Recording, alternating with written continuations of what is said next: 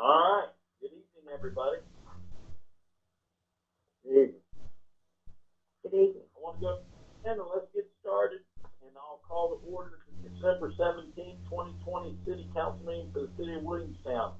Stephanie, if you would you call the roll just to make it official? Mr. Super, Here.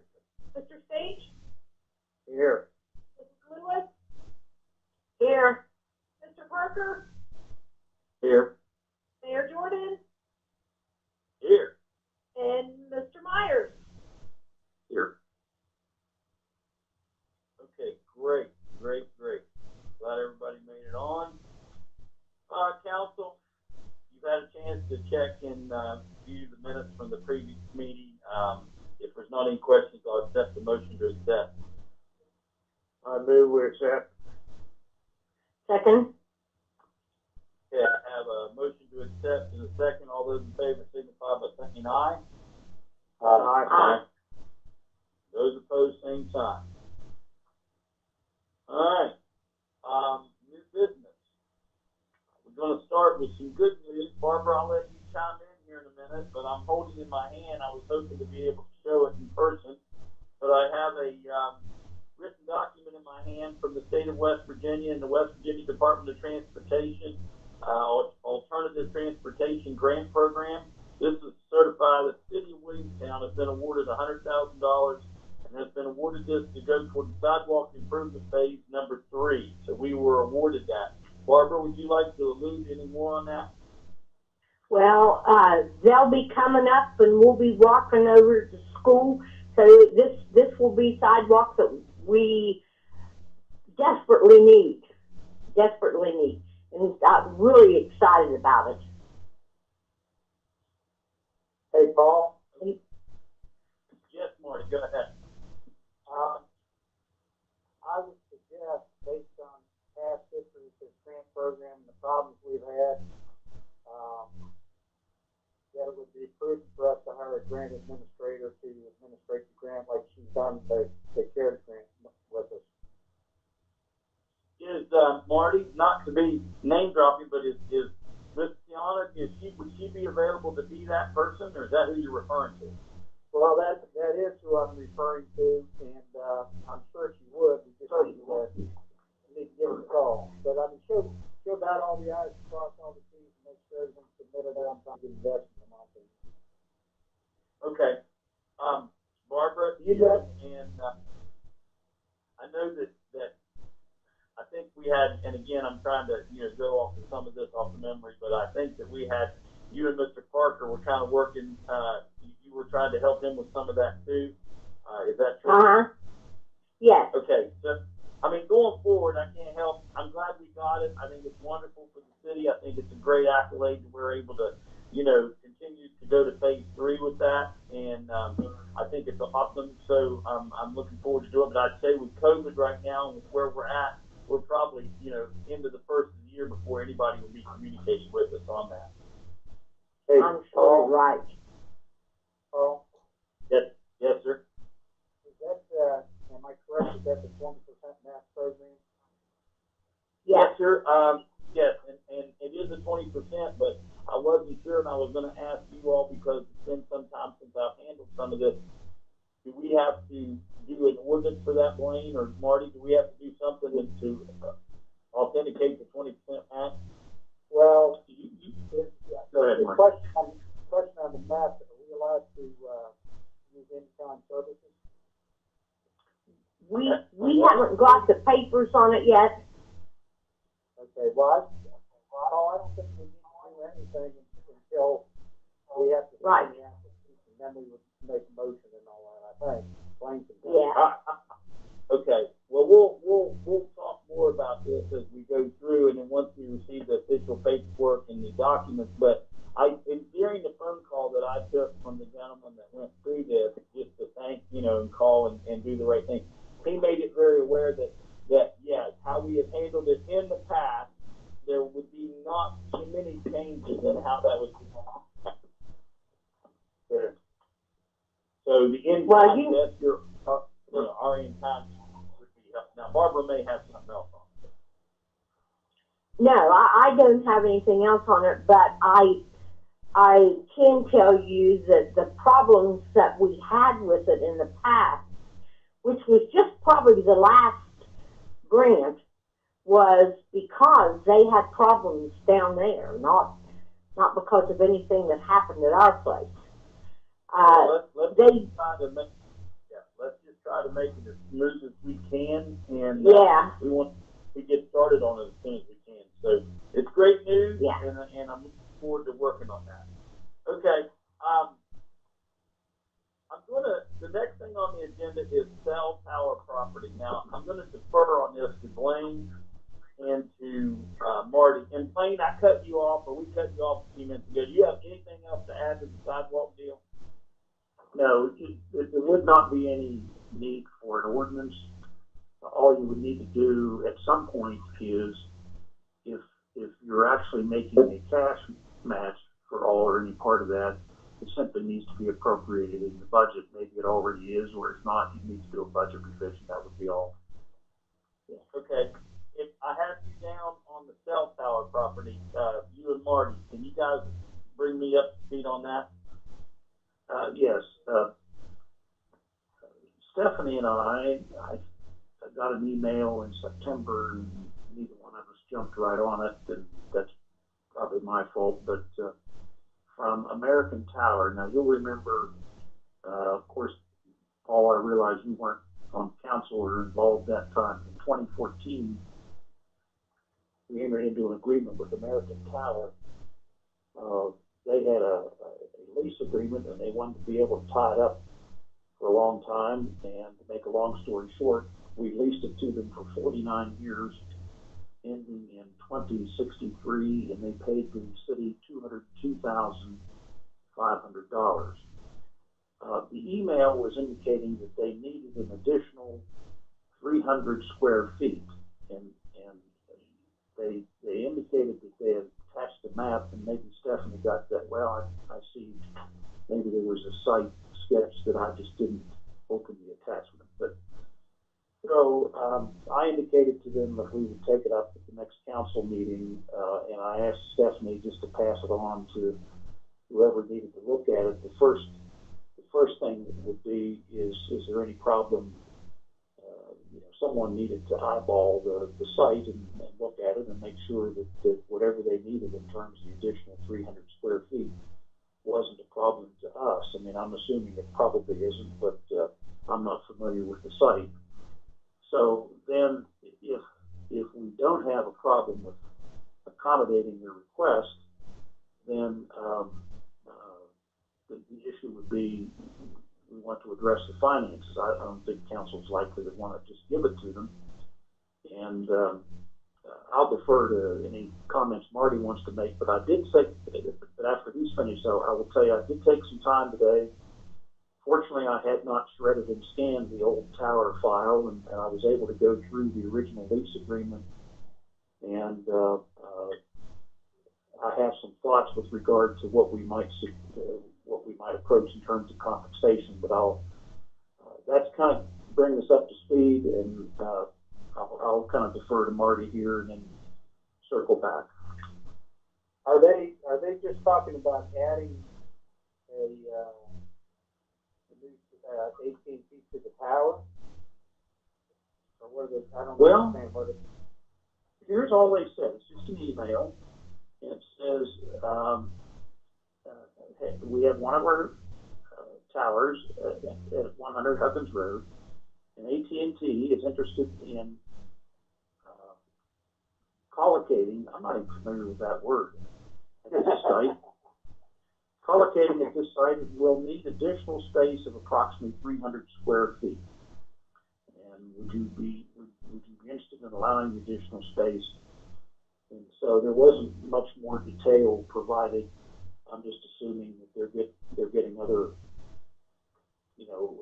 people on the tower, or there's some reason technology-wise they need additional space. Yeah, they're talking about co-locating, which means they're going to go on that tower. I would leave the financial under you, Blaine, which makes, you've got the old contract my question is, and I think it's something that we need to say to them is, that tower currently has 4 dishes and 2 antennas on it. One of which is the 911 communications to our police and fire.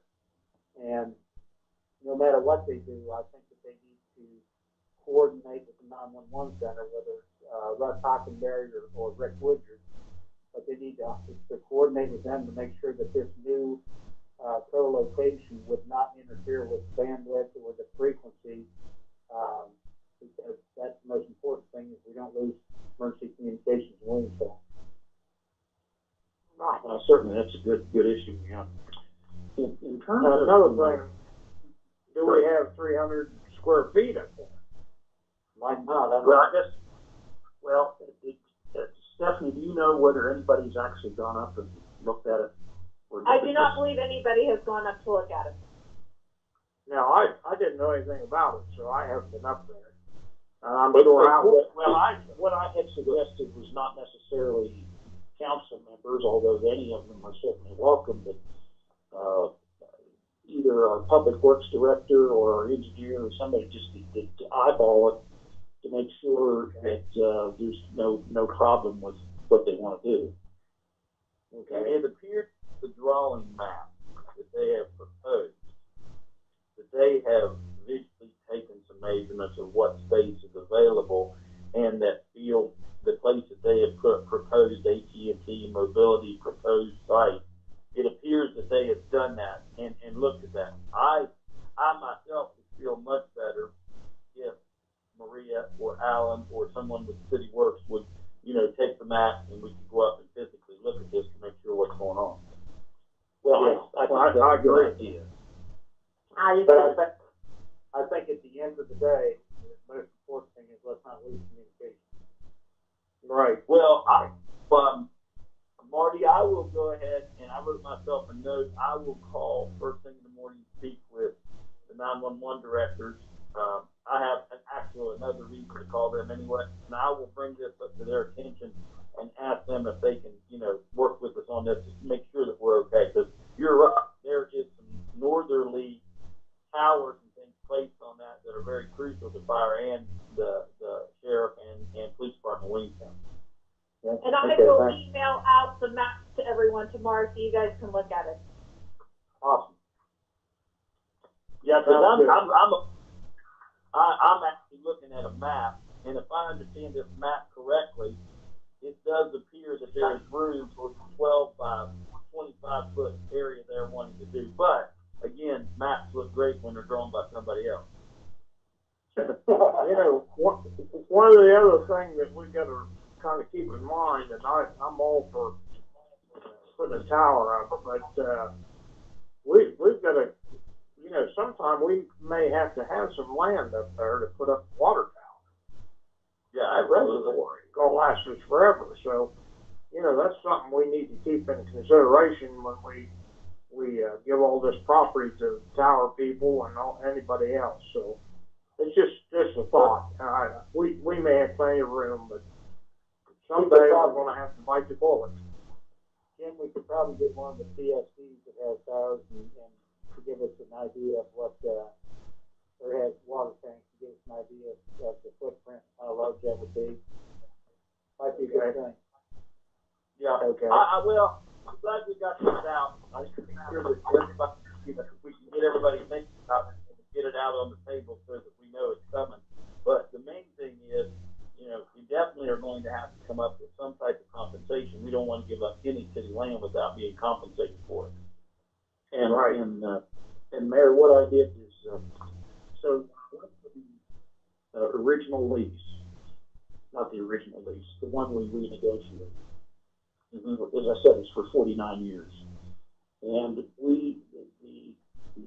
now they do have an access easement, I'm not including that, but the actual site of the tower, subject to the lease, was 3,179 square feet. And if you do the math, they paid us for the 49-year lease $63.70 per square foot.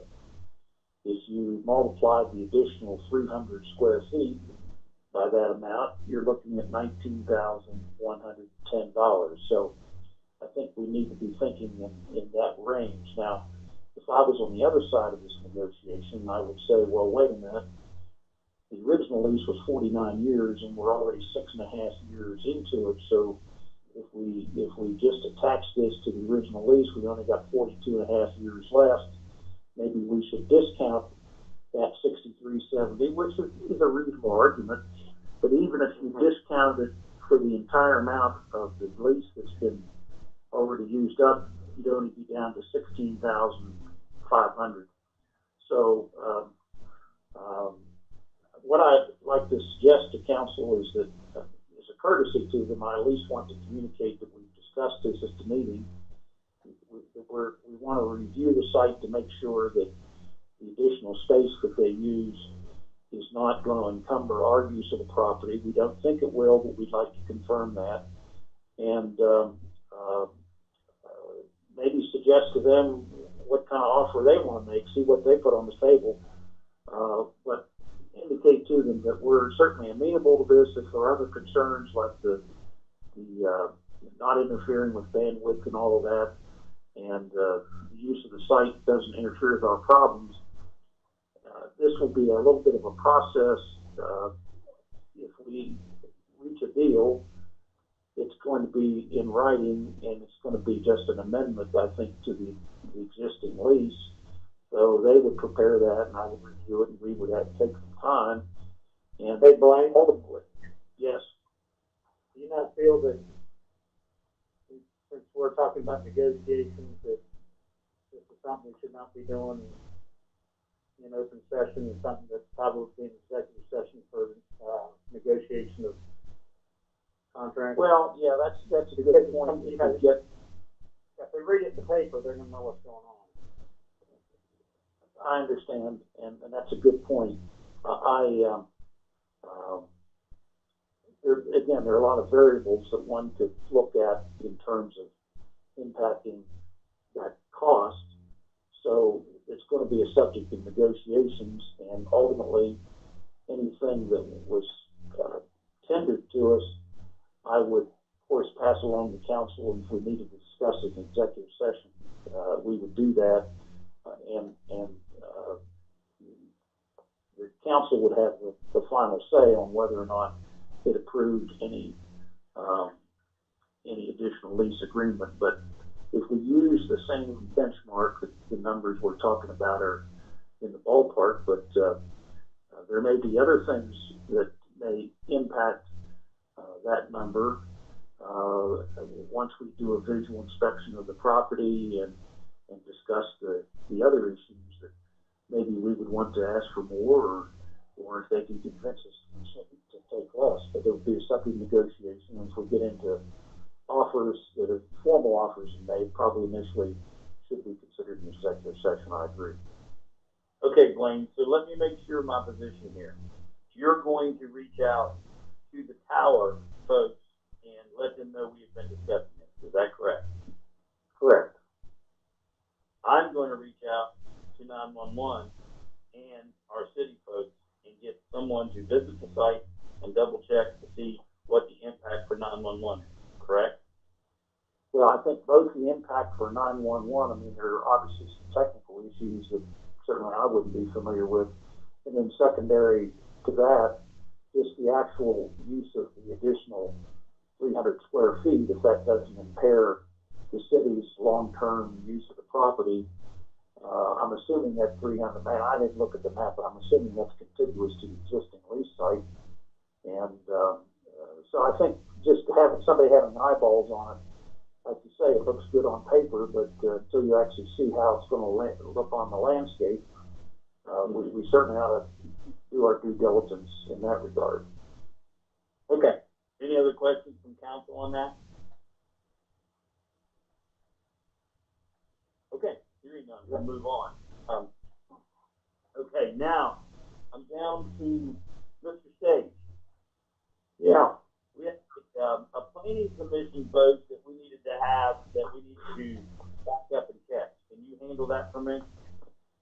Yeah, we had a meeting with Mr. Mondo and our city engineer and the planning commission, and he presented to us what he had done or was going to do, and that was the hospital at Parkersburg was going to put in a couple, put in a building with 4 doctors in it, and which is already under construction down there if you drive by and see it. And also they're going to put in a restaurant, would have a gambling facility on one end of it. And the vote by the planning commission was to accept both, and the drawings, I don't know if everybody's seen or not, they are available in the city building. And so we approved it, and I'm, bringing it to the council for their approval. Okay, council, this is one of those times, the first thing for me to handle this since I took over. A full motion is needed from, what are we needing here? We needing to, Jim, are you making the motion, Mr. Tate, that we proceed with this? Yeah, I'd like to make a motion to proceed with this and let Mondo go ahead and do his construction. We'd also discussed all the ramifications of the water lines and all that stuff, and the locations and all that. And he's also given a lot number or house number and all that to the city. So that's on our drawings, and they're, like I say, they're available there at the city building. Council, is there any other discussion? I second. Okay. So I have a first and a second to go ahead and approve the planning commission recommendation for the Mondo property and what they have presented to the city. I have a first and a second. All those in favor signify by saying aye. Aye. Aye. Those opposed? Motion carries. Thank you. All right, Blaine, I'm going to come back to you on this next one. We're going to have to do some deals with the water ordinance here. Go ahead and do your explanation.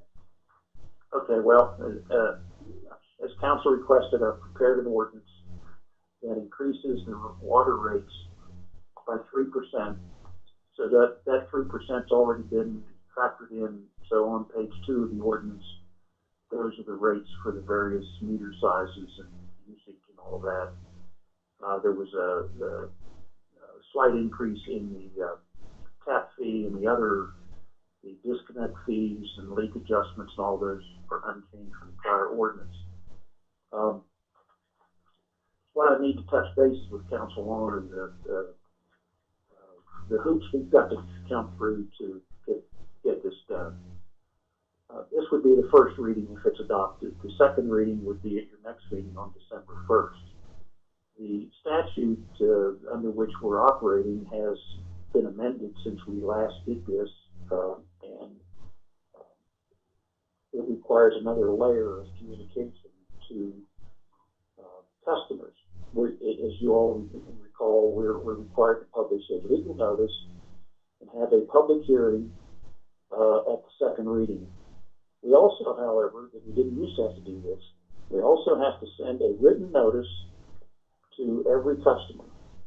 I've drafted that notice, which I understand Paula has been spending a lot of time stuffing envelopes. We've got something like 1,500 customers because there's no way that we can include this information on the postage size, the postcard size bill that we normally send to customers. So it involves an additional mailing, which will go out probably at the end of this week, notifying customers, and that's another layer of notice in addition to the publication of the legal notice. We cannot dispense with a public hearing, and I don't see how we can do it without having an in-person public hearing. And Stephanie and I talked about this a little bit today. I mean, we're doing this meeting virtually. I don't see any way to avoid having an in-person meeting, and we've already noticed it in the communication to customers. It'll be at the city building, and we're going to have to figure out a way to make that work. unfortunately, the statute, I don't think when they prescribed this process that anybody ever thought would be dealing with a pandemic. Went through this recently with Lubeck Public Service District, and when we had our own public hearing, their boardroom is about half the size of your council room, if you can imagine that.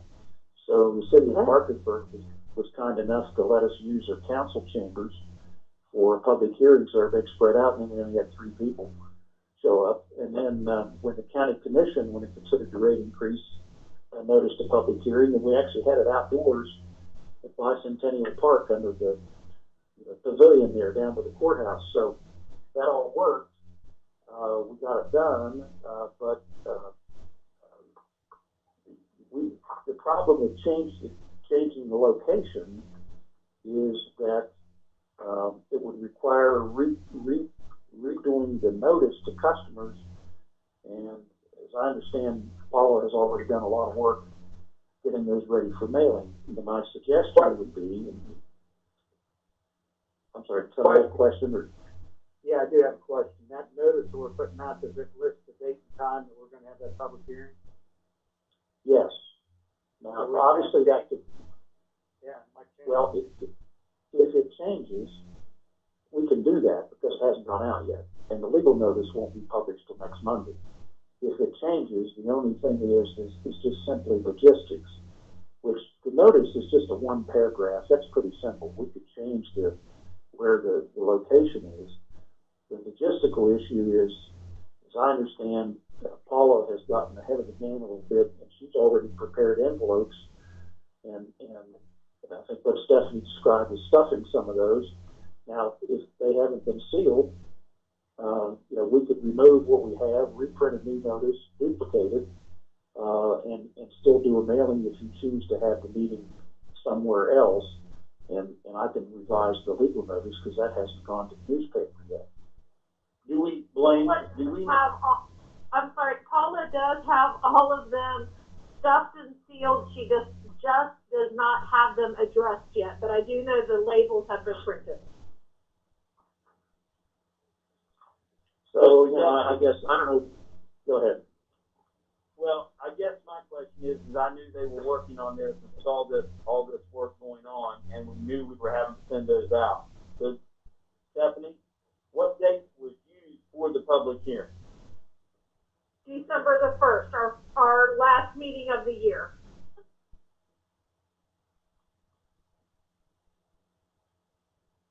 Now, Mayor, can I make a suggestion? Because I've given this some thought. Yes, there is. I know everybody's worried about COVID, and that's certainly understandable. What I thought you could do is you really,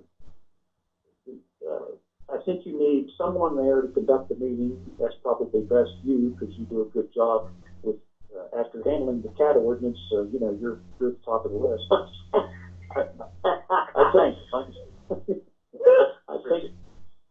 I think probably Stephanie needs to be there because we have to make a recording of the meeting, and I'm not sure how that could be done remotely. I'm not much of a tech guy, so I don't understand. And then third, you're going to need a bailiff, police officer there. And what I thought you could do is decide how many people you can have in the room, 1, 2, 3, whatever you think is reasonable based on the amount of space.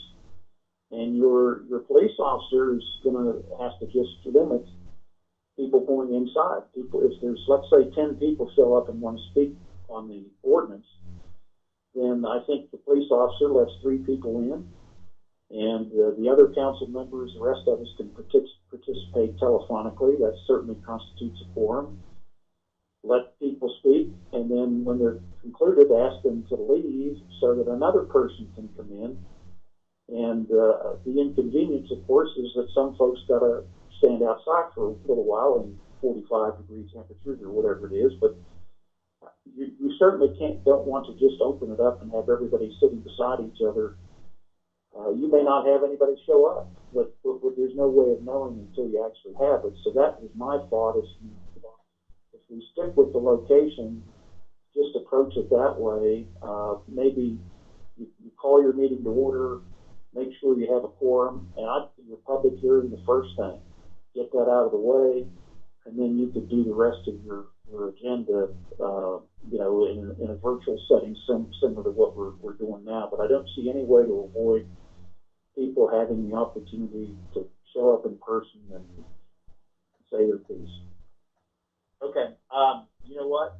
That sounds like a wonderful suggestion. And since I do know they have worked tirelessly to get this done because they thought they had to get it done by a certain date, I surely don't want to go and waste money and waste the time and waste all that. So we'll go ahead. Let's go ahead and do that. So tonight, so that we can have and what I'll do is I will go to the city building, God willing, Lord willing, with the COVID deal.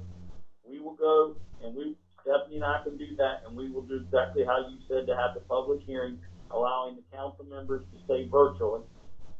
We can do that, and we can make that happen with the setup we have now at the council chambers. We can do that. So what do I need tonight to make this the first reading? Do we need to recognize it as the first reading, or what do we do? You need a motion to adopt the ordinance on first reading. I move that motion be adopted on first reading.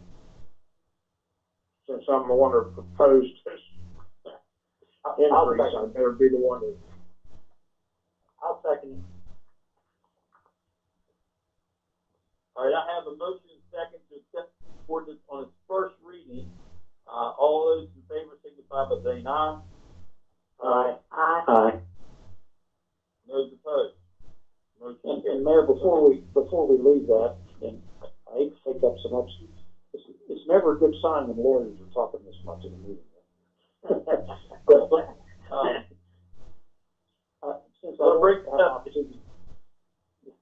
won't have an opportunity to probably talk to council, at least as a group, until the next meeting, just as and again, you never know. Williamstown in the past, these rate increases have not been controversial, but when you're going to be sending a mailing out that each individual customer is going to look at, you may have some people come and ask questions or give objections and all of that. The one guidance I just want to give, and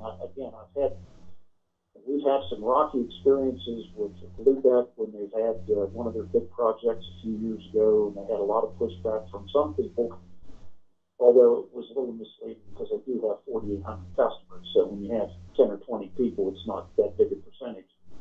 But the one thing, to be very honest, that when I discussed with my board members out of Lubec is that what I found a couple of these meetings devolved into was a debate. And we want to avoid that. I think it's reasonable for people to ask a question, a basic question about an increase that if someone in the meeting or on the call can answer, that's reasonable. But otherwise, the public hearing is an opportunity for the public to give their input. And so, what I saw happen, and not this last round, a few years ago, is a couple of folks made some not very flattering comments towards board members, and then they felt the need to defend themselves. And it really wasn't what a public hearing was intended to be. So if you get into a situation where someone is issuing strong objections, and hear them out, but I don't think there's any need to debate the issue unless you feel there's something that needs to be said in response to their comments that's important. So I just wanted to throw that out there. We'll be prepared. We can handle that public hearing. We'll make that work. And if you handle the cat ordinance like you did, this will be easy. Okay, Blaine. Okay. Real quick, I'm going to move right into the other things that now that we have all that behind us. Administrative issues, I just want to bring forward, again, we've been tarring. The boys have been working hard. Weather's not cooperated. It does for a couple of days, but they got to dry stuff and then they got to work it. So you be hearing some scuttle about that. They're working on that. Then they're going to go to patching some holes and fixing some repairs in roads. So if you're getting some scuttlebutt from your areas on that, that's what it is. The new hires that we have hired since, the the new administration kind of took over, have been working out wonderfully. I just like to keep the council abreast of that. So far, we've had no issues with our new hires. Everything seems to be transitioning good, working well from the folks we've hired over on the cruise to now the office people. So just wanted to make you aware of that. Barbara, I'm assuming you don't have anything on the pool because we're kind of closed and dormant at this point, or do you? Right. No, I don't have anything on the pool. We did one It's been this well. week. They just get Oh, it did you? Yeah, Yeah. it's winterized for the year, for winter. I kind of want to do a real quick do-over. Some of you all have heard some scuttlebutt with me talking about trying to come up with an alternative to keep people safe. We decided that the parade committee felt, and I think it was the right decision to work with the parade and postpone it till next year. And we've been kind of talking about some scuttlebutt about doing a porch lighting thing, and I'll be putting more and more of that out, and I'll try to keep you all in that. I want to make that a fun evening, a quick evening, something that people can enjoy and have a little fun lighting their houses up. Hopefully Williamstown will just glow. That's what my heartfelt is. I want to see the people get out and decorate and make it really bright and try to work through this and get 2020 heck out of here. So, I'll keep council informed of that. Okay, park committee wise, Barbara. Well, we have ordered a list of flowers that are pollinators. We're going to work with Bee City in putting out trying to get flowers that'll be acceptable as bee pollinators to work in with our landscape. We're real excited about getting that done, and we need to try to get those ordered by December. So anybody that has any input, we're certainly welcome to speak up and let us hear what you have to say. Okay. And I know that you were planning on attending the Bee City meetings here the next time, but I'm sure Marty may add they may not have one till the fall, till after the first year. Yeah, well, Scott's is sending me a list of the pollinators so that we can sit down together and go over them, Marty and our committee. Yeah, since you mentioned Bee City, I'll jump in and give you a real quick update. We did meet a couple weeks ago, and we are going to try to have virtual seminars. Kind of working on who would do that, but ones where people get local people instead of just tagging into some national seminar, local people. And so yeah, you're right, Paul. We probably won't be meeting in person, but I've already talked to Barbara, and the two of us are going to look over that list, and I think we can come up with a good plan. Yeah, me too. Also, Barbara, on your park committee, I want council to be aware we've done some updating with the circuitry wiring. Number one, because the mayor wants to win the prize and have some lights around that gazebo and have that park standing tall. But we've also done some work with the cameras, and I want council to know that the police chief and the police departments work very hard, and we've updated a lot of those camera sites, and so we can help and support and maintain a good, safe environment for our parks, our pool, and our city properties. Hey, Mayor, one thing I'd like to bring up while you're talking about the police department.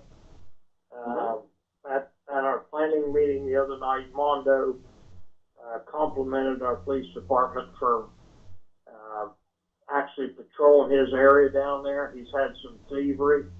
He's got equipment sitting out all the time, and he says they make themselves visible and noticeable down our lot, and he appreciates it. So that should be something that ought to go back to the police chief. Yeah, that's good. Yeah, okay. You can tell him, Barbara, I forgot you're over there. I'll pass that. Okay. I'm down to planning Commission. I think we've already got you covered, haven't we, Jim? Mr. State? Well, we got another one scheduled, I think the 1st of December sometime there. He's going to build 2 more buildings, another doctor's office. It's going to have 2, I think they're more psychological type doctors, and for depression and stuff like that. And there's also another building that he's doing, and he's going to submit those. So I don't know whether that'll happen or not since this COVID thing. So. Why do you have the microphone open? How about water and sanitary? Anything going on there? We're still working on Mario's project down. We should finish it up this week or first of next week, along with, he was talking about the blacktop, the ceiling, that will be done Friday.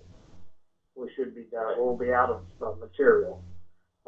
Sanitary, we're okay on it right now. Okay. Sidewalk plan we discussed. In new business. Marty, anything else on Beach City? I think you already got that out of the way. Yep, we're good. All good. Okay. Is there any other, anything from council on anything else? I can't see your faces, so I don't know if you're asking me a question. Anything else anybody else has?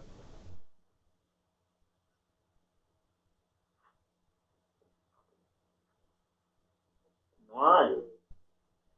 Nothing being heard. That completes our agenda for tonight's council meeting. Council, I make a motion. bearing with me, and Mr. State makes a motion to adjourn. Do I have a second? Second. I have a motion and a second to adjourn. All in favor, signify by saying aye. Aye.